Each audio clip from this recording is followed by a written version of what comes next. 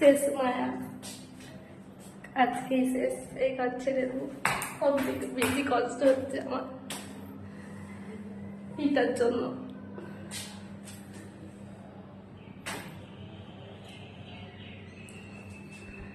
আমার সব থেকে ফেভারিট জায়গা ছিল, অনেক স্মৃতি আছে এটা নিয়ে।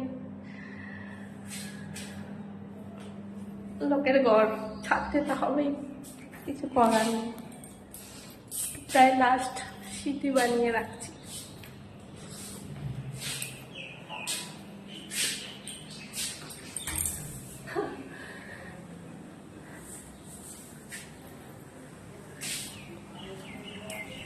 শেষ বারান্দা একটু ভিডিও বানিয়ে নিলাম। আর কোনোদিন হয়তো ঢুকতে পারবো না।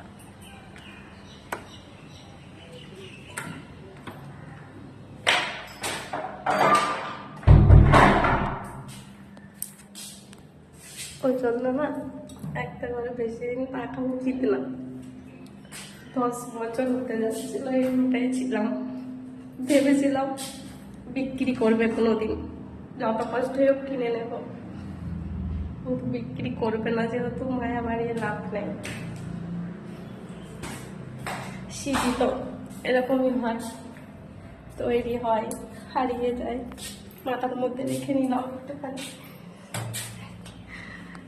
এর থেকে অনেক ভালো সুন্দর আছে আমার বাড়ি, কিন্তু যেহেতু বিয়ের পর প্রথম ঢুকেছিলাম এই রুমে, মানে এই রুমে আমার বরণ হয়েছিল, তাই জন্য একটা আলাদা, মানে আমার নিজের বাপের বাড়ি ছেড়ে আমি বোধহয় এতটা কষ্ট পাইনি।